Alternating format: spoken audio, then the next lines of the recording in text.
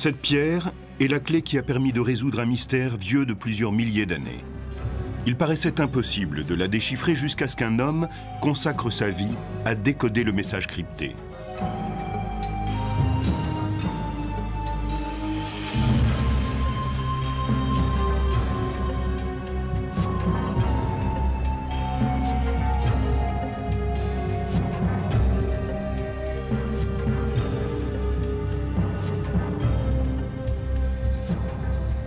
À Londres, le British Museum présente de nombreux objets remarquables de l'Égypte ancienne, parmi lesquels des momies datant de 3000 ans et des statues monumentales dédiées aux grands pharaons.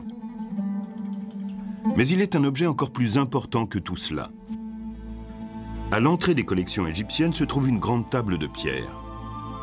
On pourrait l'ignorer si elle n'était particulièrement mise en valeur. On la connaît sous le nom de pierre de Rosette. C'est un des plus grands trésors de tous les temps.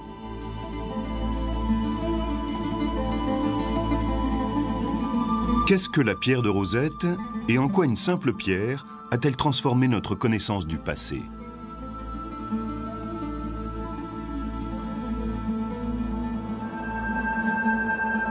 Pendant 2000 ans, l'histoire de l'Égypte antique a été ensevelie sous les sables du temps. Voyageurs et érudits étaient conscients de l'existence de populations mystérieuses dont ils ignoraient tout. Qui étaient les hommes qui avaient élevé ces pyramides aussi hautes que des montagnes? À quel dieu étaient consacrés ces temples immenses, aussi vastes que des villes? Et pourquoi enfouissaient-ils à côté de leurs morts ces fabuleux trésors?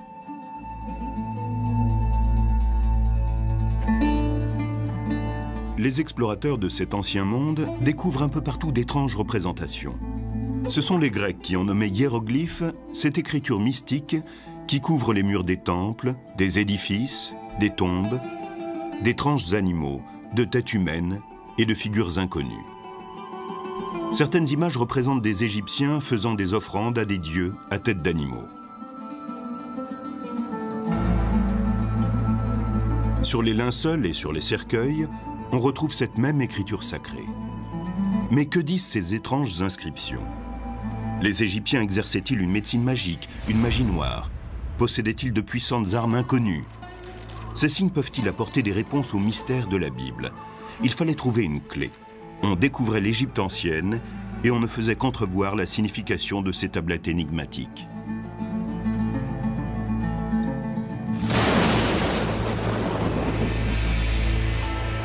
Déjà à l'époque du Christ, on considérait les anciens Égyptiens comme des légendes d'un passé lointain.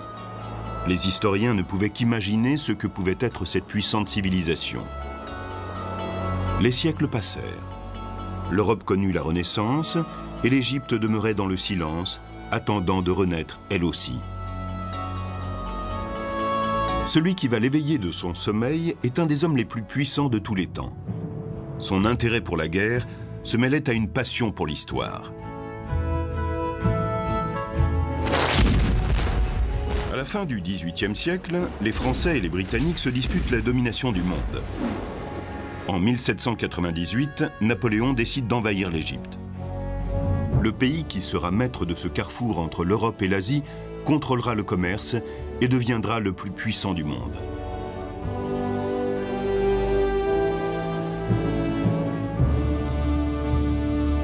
À ce moment-là, Napoléon a 29 ans.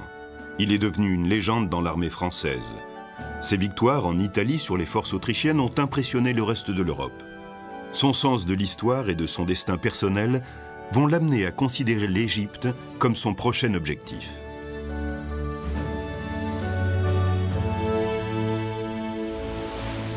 Le 1er juillet 1798, l'armée de Napoléon arrive dans le port d'Alexandrie. À côté des 38 000 soldats, on compte 167 érudits parmi les meilleurs que compte la France. Il est très rare que des expéditions militaires soient liées à des recherches universitaires. Quel est le projet de Napoléon? Pourquoi est-il ainsi fasciné par l'Égypte antique? Pense-t-il, comme Alexandre le Grand, que son projet de conquérir le monde passe par l'annexion de l'Égypte?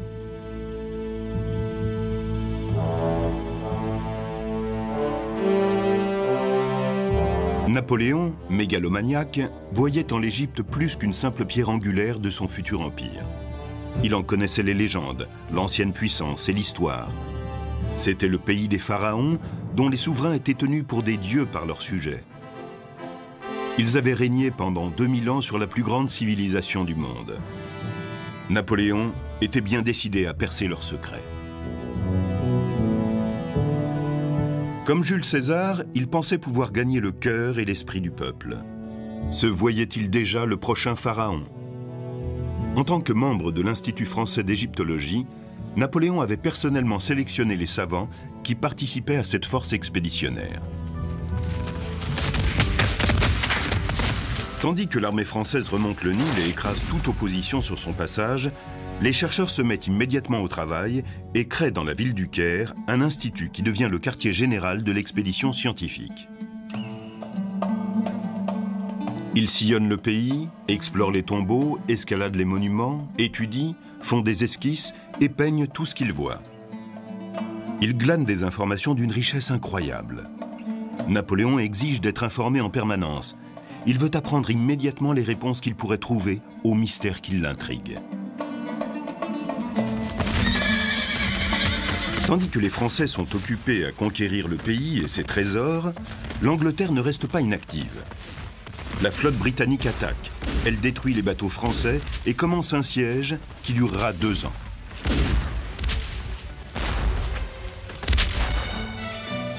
Napoléon lui-même échappe de peu au blocus et regagne la France. Ses espoirs de gouverner le monde sont brisés. Tandis que son armée abandonnée essaie tout simplement de rester en vie, les scientifiques et les chercheurs sont en train de donner naissance à l'égyptologie moderne. Se hâtant contre l'inévitable défaite que vont leur infliger les Britanniques, ils intensifient leurs efforts pour copier et analyser le plus d'éléments possible. Ils veulent élucider les mystères de l'Égypte antique. Assez ironiquement, ce n'est ni un chercheur, ni un savant qui fait la découverte la plus importante de toutes, mais un soldat. À la mi-juillet 1799, le siège se poursuit et les Français continuent à tenir leur position. Sur les bords du Nil, là où il se jette dans la Méditerranée, se trouve une ville appelée Rosette, ou Rachid en arabe.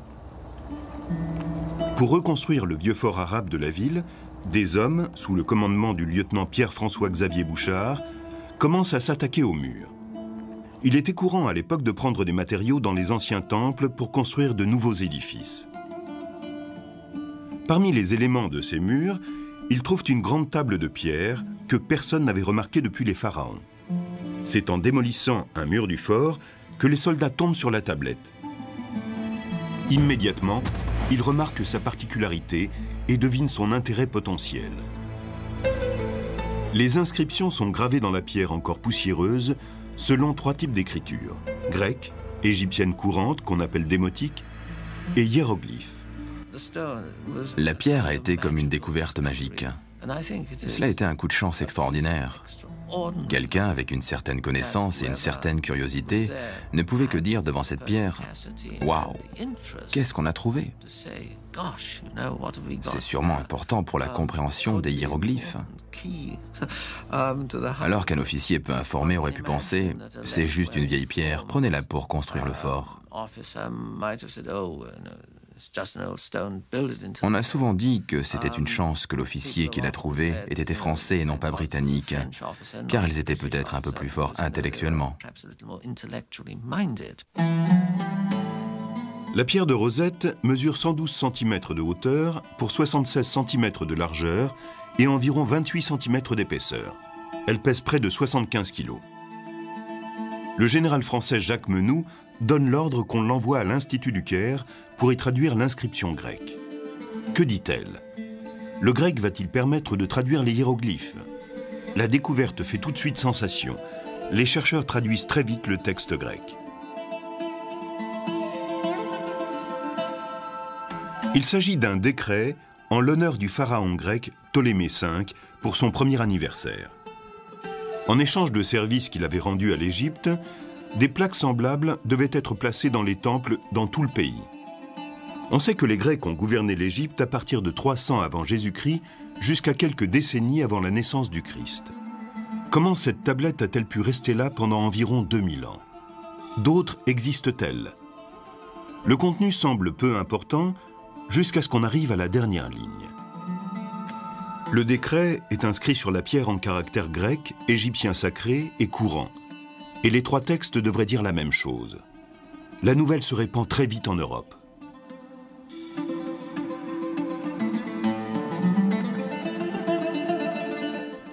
La pierre présente un grand intérêt pour l'étude des caractères hiéroglyphiques.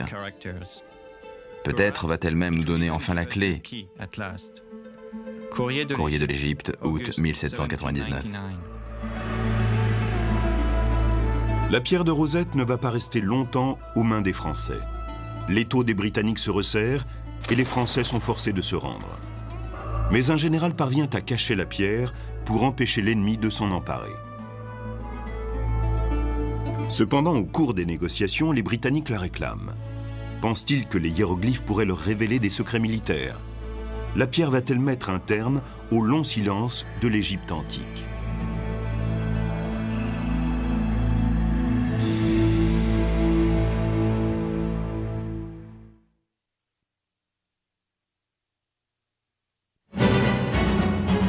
Ces 2 ans de campagne en Égypte ont été un désastre total pour Napoléon. Plus de 9000 hommes sont morts et la flotte française a été anéantie par les Britanniques. Les rescapés ont été pris au piège, assiégés par la flotte britannique sur la côte méditerranéenne. Mais d'un point de vue scientifique et culturel, l'expédition en Égypte est d'une importance capitale et pour longtemps. Elle marque la naissance de l'archéologie moderne. Les hommes ont toujours été à la recherche de leur passé.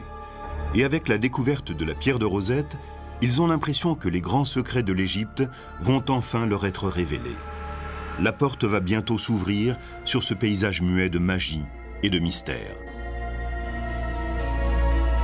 Le déchiffrage des hiéroglyphes est attentivement surveillé par les militaires.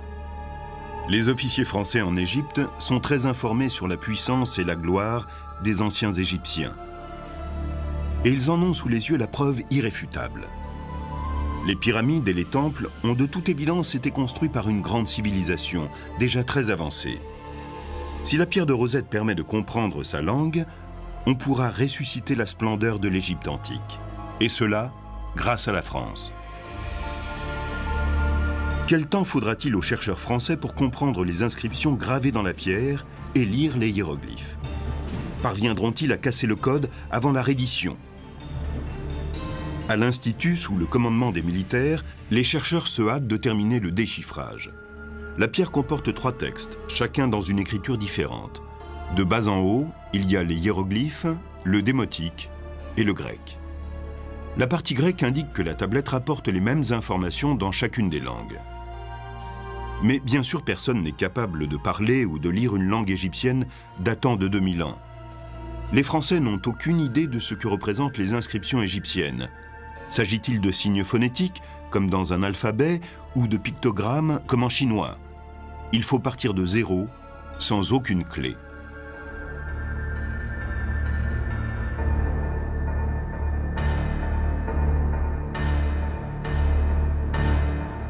Il y a encore un autre obstacle. La pierre est cassée en haut et sur les côtés. La partie la plus endommagée est en haut, celle des hiéroglyphes. Il ne reste plus que 14 lignes de texte. Au milieu, la partie démotique comporte 32 lignes, mais elle est cassée sur les côtés. Et la partie grecque fait 54 lignes. Les Français n'ont aucun moyen de savoir quelles inscriptions égyptiennes correspondent aux mots grecs. Et le temps joue contre eux.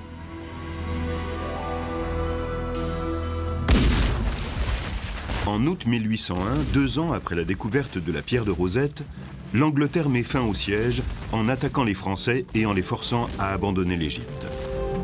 Dans le traité qui signe leur retrait, les officiers français sont autorisés à garder leurs affaires personnelles. Mais l'Institut du Caire doit livrer toutes ses découvertes. Les chercheurs sont furieux. De quel droit les officiers britanniques vont-ils emporter l'héritage du passé? L'Égypte n'appartient-elle pas à l'humanité entière? Que va-t-il advenir de ces trésors sans prix? Quand les Anglais ont obtenu la reddition des Français à Alexandrie, il connaissait l'existence de la pierre de Rosette. Elle était plus célèbre en France qu'en Grande-Bretagne, mais elle était considérée comme un trophée de guerre et le fruit de la victoire britannique.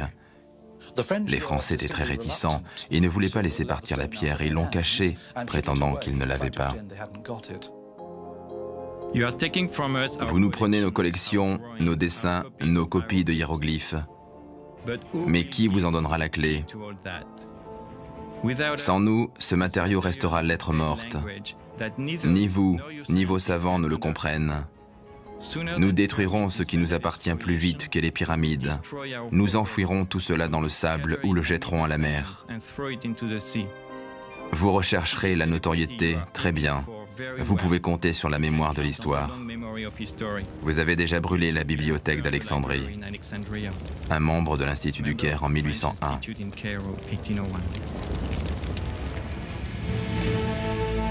Le général Jacques Menou, qui commande l'armée après le retour de Napoléon en France, tente de garder la pierre de Rosette. Après la défaite, il essaie de lui faire quitter l'Égypte en cachette. Il l'enroule dans ses vêtements et la dissimule parmi ses effets personnels. S'il est découvert, Menou a l'intention d'affirmer qu'il s'agit d'un bien personnel, ce qui lui éviterait d'être accusé de trahison. L'armée britannique sait que les Français vont tenter de faire sortir la pierre de Rosette du pays. Ils font venir William Hamilton de Grèce en Égypte. C'est lui qui s'occupe des antiquités britanniques à travers le monde.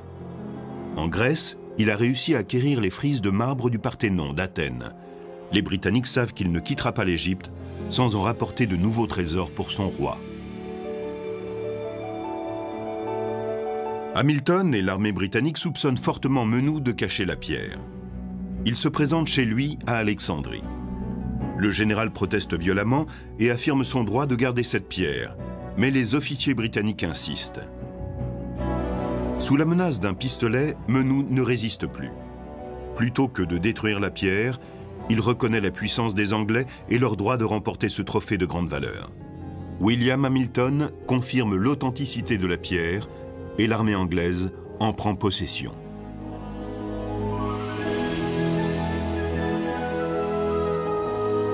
La pierre de Rosette est immédiatement expédiée en Angleterre, où elle arrive en février 1802. La Grande-Bretagne possède maintenant la clé du mystère égyptien, mais les Français en ont fait des copies. Une course contre la montre s'engage pour déchiffrer les mystérieuses inscriptions. La gloire attend l'homme qui va trouver la clé de la puissance et des richesses de l'Égypte. Sous l'œil du monde entier, les plus grands savants se battent pour être celui-là. Des amis deviennent rivaux. Qui étaient les hommes qui ont essayé et n'ont pas réussi à déchiffrer le code? La pierre de Rosette livrera-t-elle son secret?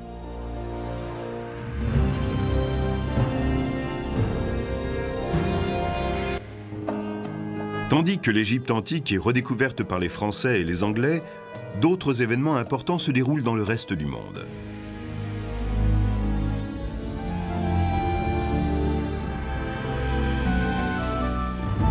Les États-Unis font plus que doubler leur superficie en signant le traité de cession de la Louisiane en 1803.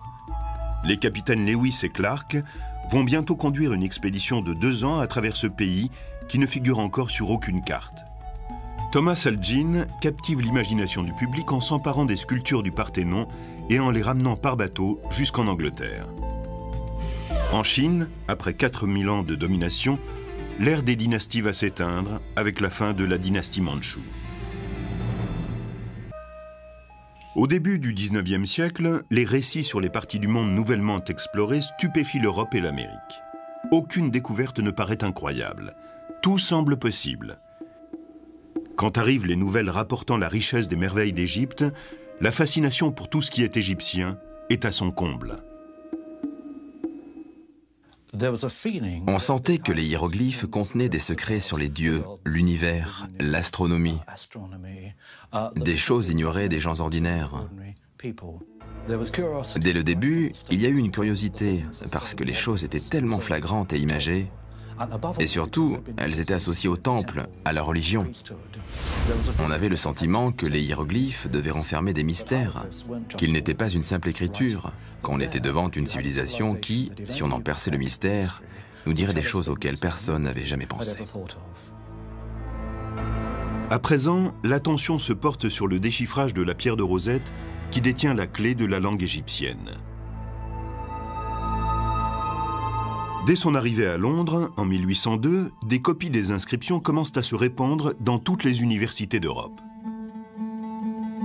Les questions affluent devant la plus grande énigme de l'époque. La réponse que la pierre va apporter risque-t-elle de changer les idées sur la religion, la science, l'histoire? Que vont devenir les croyances fondées sur la Bible? Va-t-on découvrir des médecines et des techniques magiques? Comment une civilisation aussi avancée a-t-elle pu disparaître? Les linguistes commencent à étudier la relation entre les trois textes, mais aucun modèle ne s'impose. La pierre brisée semble résister à toutes les tentatives de croiser les mots et les phrases. On ne parvient à identifier parmi les hiéroglyphes aucun mot ni aucune phrase. Comment les chercheurs vont-ils réussir l'impossible? Comment faire un premier pas? Désespérés par leurs échecs, les érudits vont chercher de l'aide vers ceux qui les ont précédés. Le premier ouvrage sur la langue égyptienne est un livre grec de Horapollon, qui était, dit-on, un prêtre égyptien. Son livre, Hieroglyphica, écrit au 5e siècle avant Jésus-Christ, traite de l'utilisation et du sens des hiéroglyphes. Horapollon parle de 189 signes différents, dont il donne une description détaillée et également l'explication mythologique. Cependant, en même temps qu'il expose les spécificités de chaque signe, Horapollon ne les associe jamais pour former des phrases ou des paragraphes. Si son approche est exacte, son travail contient aussi beaucoup d'erreurs.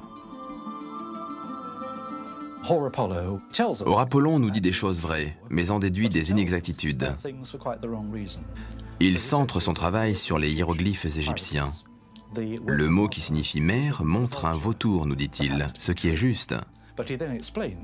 Mais ensuite, il explique que dans la nature, il n'existe pas de vautour mâle, que tous les vautours sont des femelles. C'est très étrange. Alors on a commencé à observer la nature et on s'est aperçu qu'il y avait des vautours mâles et femelles. Et Horapollon s'est retrouvé discrédité. Il affirmait donc une vérité faussée par tout un verbiage mystique qui l'entourait. Les chercheurs, brûlants de déchiffrer la pierre de Rosette, consultent aussi les écrits du Moyen-Âge et de la Renaissance. En Europe, à cette époque, sous l'influence de la religion, on pense que les hiéroglyphes détiennent des réponses aux mystères de la Bible. Les gens commencent à interpréter l'Égypte ancienne à partir de la Bible. En regardant les pyramides, ils se disent « ce ne sont pas de simples tombes pour des rois ordinaires ». Ce sont certainement les greniers à blé dont Joseph parle dans la Bible, où il collecte le blé pendant les 7 bonnes années pour se préparer aux 7 années de famine qui vont suivre. Ils perçoivent qu'il y a un mystère, mais l'interprètent toujours à travers un épisode de la Bible.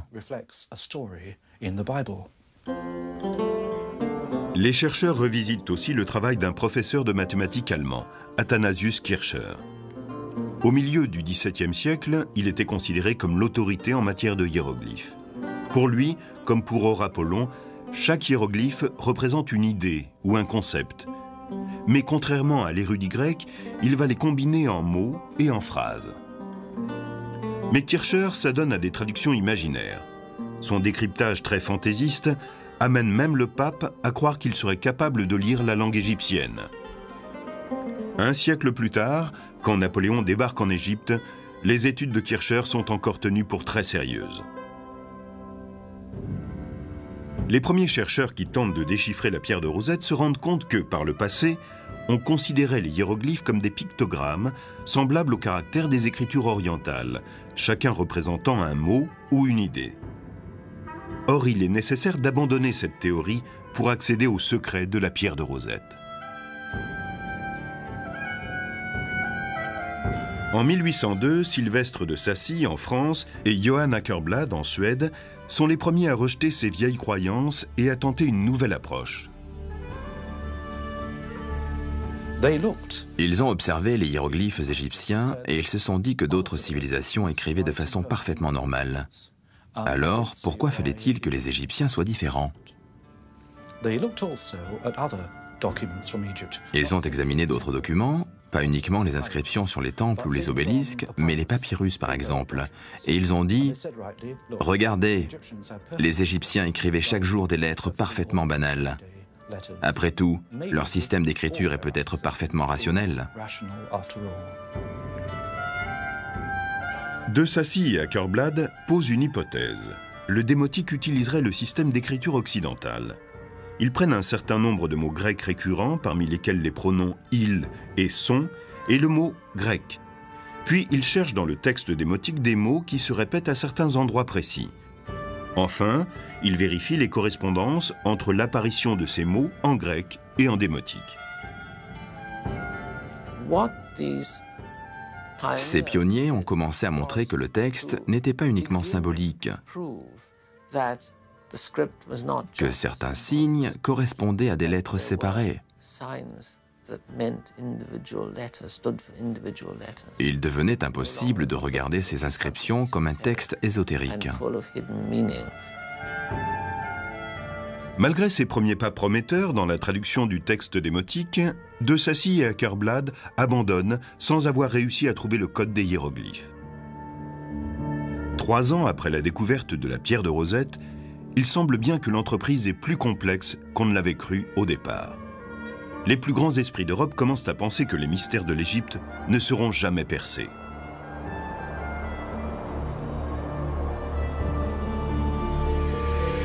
« 10 ans se passent après les essais de Sacy et Akerblad sans sérieuses avancées. La fascination du public vis-à-vis de l'ancienne Égypte continue à grandir. La pierre de Rosette ne tombe nullement dans l'oubli. Pour ceux qui voudraient tenter l'aventure, l'échec des 2 savants est un précédent intimidant.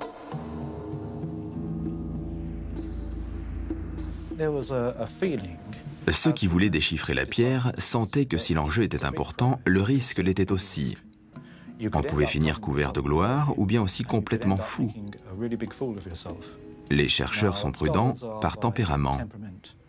Il faut un type de personnalité particulier pour se dire « Tant pis si je deviens fou, je tente le coup ». La compétition va atteindre son comble. Un professeur anglais réputé rivalise avec un jeune chercheur français pour trouver la clé de l'énigme. Le savant britannique va décider de passer ses vacances à décoder la pierre de Rosette. Comment va-t-il être le premier à lire les hiéroglyphes?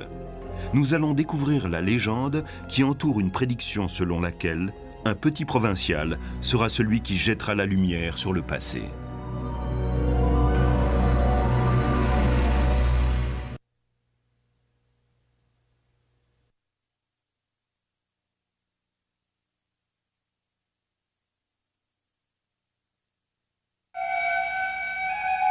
On découvre sans cesse des tombes et des temples couverts de hiéroglyphes, mais personne n'est capable de lire les secrets de l'ancienne Égypte.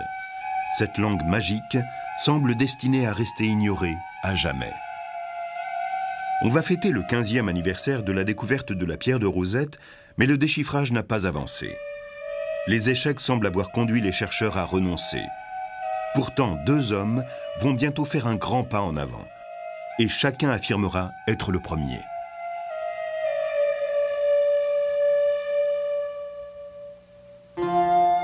Au cours de l'été 1814, un linguiste et physicien londonien de 41 ans rapporte une copie de la pierre de Rosette dans sa maison de campagne. Il décide de passer ses vacances à se casser la tête sur cette énigme. Cette fois, la pierre va commencer à parler.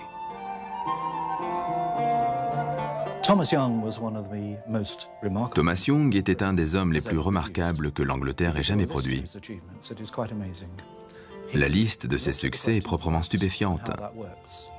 Il travaillait dans le domaine de la lumière et certaines de ses découvertes sont à l'origine de certains aspects de la physique moderne.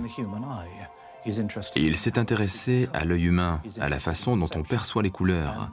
Ses théories fondent aussi l'optique moderne.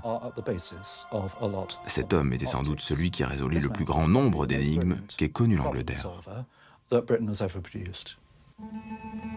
Young estime que le mysticisme qui entoure l'Égypte ancienne n'a aucun sens.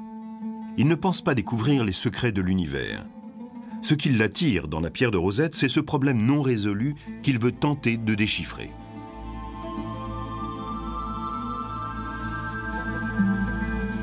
Il commence par se concentrer sur les mots d'un point de vue graphique. Il localise, dans la partie grecque, les lignes qui comportent des mots apparaissant plus d'une fois.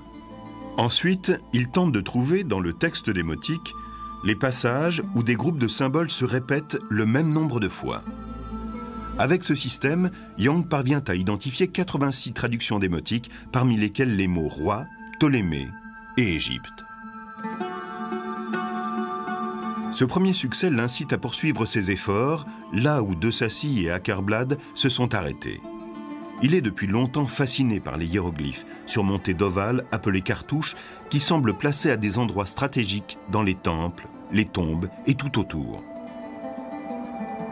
Quelques égyptologues ont déjà émis l'hypothèse que ces cartouches pourraient indiquer le nom d'un pharaon ou d'un membre de la famille royale. Young reprend cette idée pour avancer une nouvelle théorie. Le cartouche de la pierre de Rosette contiendrait le nom de Ptolémée. Si la table est gravée en son honneur, on peut penser en effet que son nom est celui du cartouche de la section des hiéroglyphes. Ensuite, il émet l'hypothèse que Ptolémée étant un nom grec, les Égyptiens l'écrivaient phonétiquement. Si leur écriture est composée de pictogrammes, elle ne peut représenter les noms ou les mots étrangers. 4 ans plus tard, Young est parvenu à rapprocher les lettres grecques du nom de Ptolémée des hiéroglyphes de l'un des cartouches. En 1818, il est le premier à faire parler la pierre de Rosette. La section des hiéroglyphes a donné son premier mot, Ptolémée. Tandis que son succès est bientôt rendu public, de l'autre côté de la Manche, un homme est lui aussi obsédé par le déchiffrage de la pierre. Un homme que Young avait encouragé d'abord et qu'il regrettera plus tard d'avoir aidé.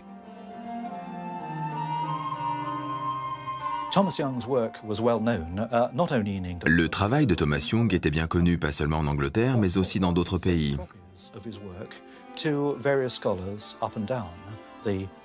Il avait envoyé des copies de son travail à différents chercheurs dans toute l'Europe, et en particulier à Paris. Sylvestre de Sacy avait reçu des copies de son travail, et un jour, il les montra à un jeune Français du nom de Jean-François Champollion. Le destin de Jean-François Champollion semble lié à la pierre de Rosette depuis sa naissance. La légende raconte comment sa mère, Alitée, avait reçu la visite d'un sorcier des mois avant la naissance de l'enfant. En regardant dans les yeux de cette femme malade, le sorcier avait vu le passé lié au futur. Il lui avait prédit qu'il lui naîtrait un fils qui ferait la lumière sur les siècles passés.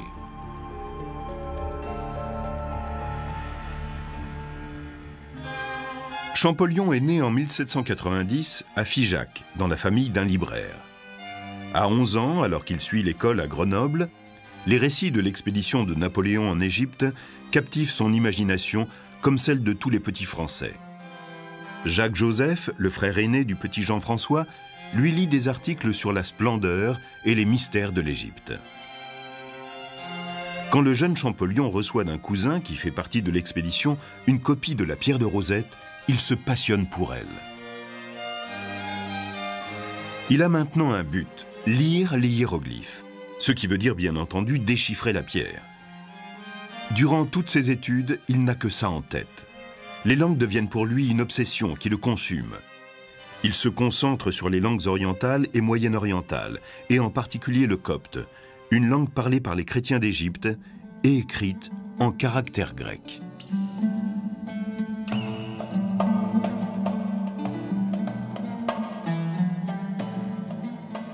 À 14 ans, Champollion travaillait énormément, non pas pour ses études, mais sur les hiéroglyphes égyptiens. Il en a fait ce qu'on appellerait aujourd'hui une petite dépression nerveuse. On l'envoie se reposer en convalescence et de là il écrit une lettre à son frère aîné où il lui dit « Je m'ennuie tellement, envoie-moi une grammaire chinoise ». Voilà le genre de personnalité obsessionnelle qui était celle de Champollion. Au début de ses études, Champollion se focalise sur le déchiffrage de la langue démotique et sur ses liens avec le copte. Il pense d'abord que les hiéroglyphes sont des symboles, mystérieux, et qu'il ne pourra déchiffrer par les moyens ordinaires. Mais en même temps que Young, il commence à entrevoir la relation entre les noms grecs et le cartouche des hiéroglyphes. Quand il prend connaissance des avancées de Young, Champollion se rend compte immédiatement de leur exactitude. Il décide de mener plus loin encore la recherche. Il obtient un cartouche portant le nom de Cléopâtre, venu du temple de Philae. Ptolémée et Cléopâtre ayant des lettres communes, leurs hiéroglyphes devraient faire apparaître des signes similaires. Champollion examine ces deux noms dans l'écriture hiéroglyphique et se dégage le P, le L et le O. Il vient de prouver la véracité de la théorie de Young. Les noms étrangers sont éplés phonétiquement dans les hiéroglyphes. La porte de l'énigme s'est ouverte et le jeune chercheur va pouvoir la franchir. Champollion s'est rendu compte que Young avait raison. Il a montré comment les hiéroglyphes transcrivaient les noms des pharaons d'origine grecque. Mais ce n'était qu'une partie du problème. Peut-être cette façon d'écrire les noms étrangers n'était-elle utilisée qu'au cours des périodes les plus récentes. Qu'en était-il pour des périodes antérieures? Champollion examine alors la copie d'une inscription du grand temple de Karnak. Sur celle-ci, le nom d'un pharaon se répète à plusieurs reprises. Il comprend 3 signes. En haut, c'est le disque du soleil, et Champollion sait qu'en copte, il se prononce Ra. En bas, une lettre que Thomas Young a déjà identifiée, le S.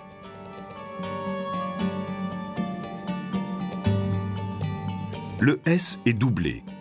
Donc, maintenant nous avons un nom de pharaon commençant par Ra et finissant par 2 S. Pour le signe du milieu, c'est plus délicat. Personne ne l'a jamais déchiffré. Champollion revient alors à la pierre de Rosette. Quand ce signe y apparaît parmi les hiéroglyphes, le grec le traduit par l'idée de naissance. Champollion se souvient qu'en copte, donner la naissance se dit Mésé. Ça y est, il a le nom d'un pharaon commençant par Ra, puis continuant avec Mésé, et enfin s'achevant par 2 S. Champollion connaissait les noms des pharaons. Et il savait qu'était monté sur le trône d'Égypte le célèbre Ramsès. Il a compris tout d'un coup qu'il tenait la clé du mystère.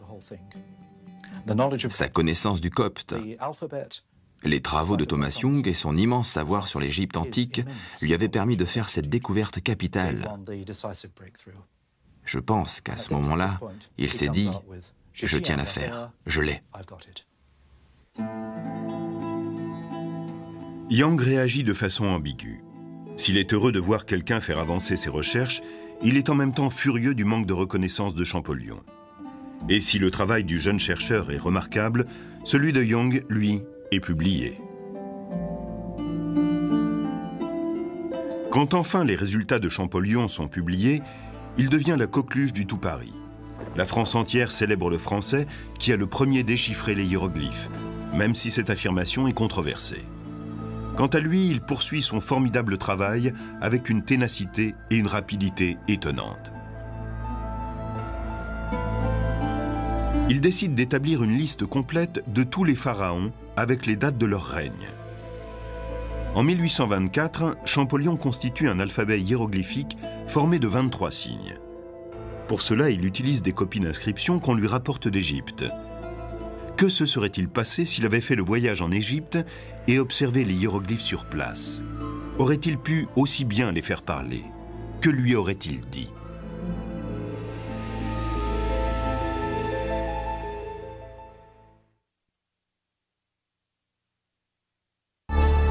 La porte s'entrouvre sur l'histoire de l'Égypte. La pierre de Rosette est bien la clé qui va permettre de comprendre les hiéroglyphes. Mais que disent-ils? Quels secrets, quels mystères vont-ils révéler? La découverte de Jean-François Champollion lui apporte en France de nombreux éloges. Jusque-là, l'Académie française le considérait comme un fou, un obsédé. Il travaillait seul, à l'écart, sans vie mondaine. Tout d'un coup, il devient un héros national. Le gouvernement français lui demande de négocier l'achat de la collection de l'égyptologue britannique Henry Salt. Et en 1827, quand elle rejoint les collections du musée du Louvre, Champollion devient le premier conservateur du département des antiquités égyptiennes. Mais il voit plus loin. Il veut aller en Égypte.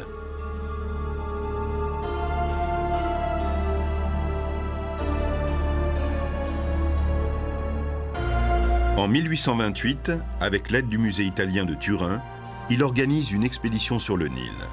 C'est le plus grand projet scientifique depuis Napoléon.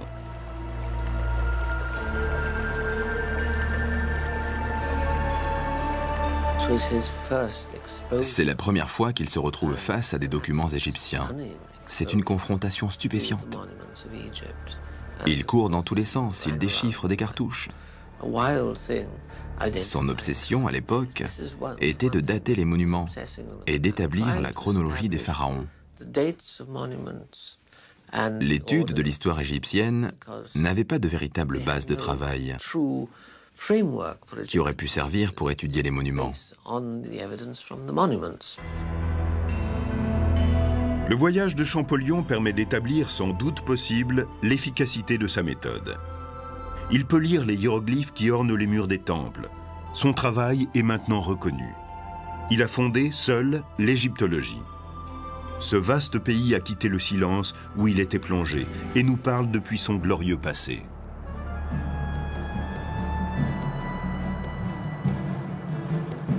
La légende avait transmis les noms de pharaons comme Ramsès et Thoutmosis. Maintenant, on peut identifier leur visage. On sait maintenant quand ils ont régné et dans quel temple ils priaient. De retour à Paris, Champollion poursuit son travail. Il dispose d'assez d'éléments pour écrire une histoire complète de l'Égypte. Malheureusement, il n'en aura pas le temps. Il meurt le 4 mars 1832.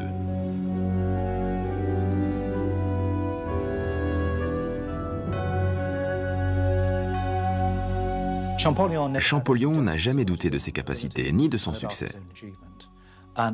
Il est mort à 42 ans seulement, mais à la fin de sa vie, on avait compris ce qu'il avait fait. Et la France a créé pour lui une chaire d'égyptologie, la première au monde.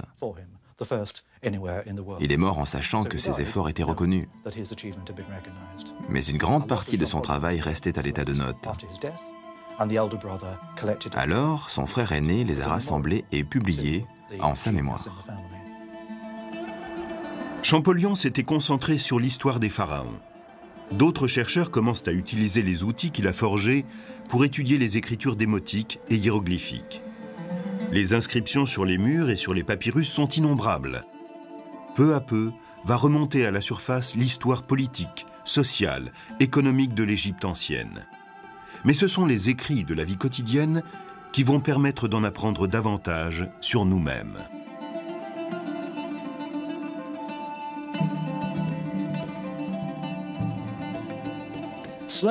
Au fur et à mesure, il devient clair que les Égyptiens étaient comme nous. Ils écrivaient à leurs banquiers, aux collecteurs des impôts. Ils tenaient des correspondances sur tous les sujets de la vie courante. Ils avaient une littérature, comme nous. La pierre de Rosette a ramené à la vie l'histoire de l'Égypte antique et par là même de l'humanité. Il y a bientôt 2 siècles que son mystère a été percé, et pourtant nous n'en sommes qu'à gratter la surface de tous les secrets enfouis dans les sables de l'Égypte. Des trésors spectaculaires trouvés dans la tombe de Toutankhamon en 1922, jusqu'à la découverte de la tombe des fils de Ramsès le Grand en 1995, les chercheurs ne cessent de faire de nouvelles découvertes étonnantes.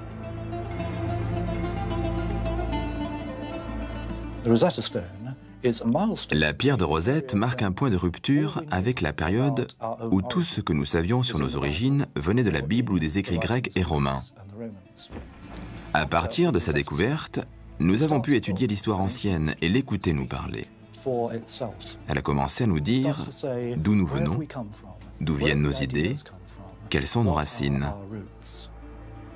La pierre de Rosette nous offre la possibilité de nous retrouver face à notre identité. Les efforts extraordinaires d'hommes comme Napoléon, Thomas Young et Jean-François Champollion ont permis de résoudre l'énigme de la pierre de Rosette. Aujourd'hui, nous pouvons comprendre l'écriture des anciens Égyptiens et leurs secrets.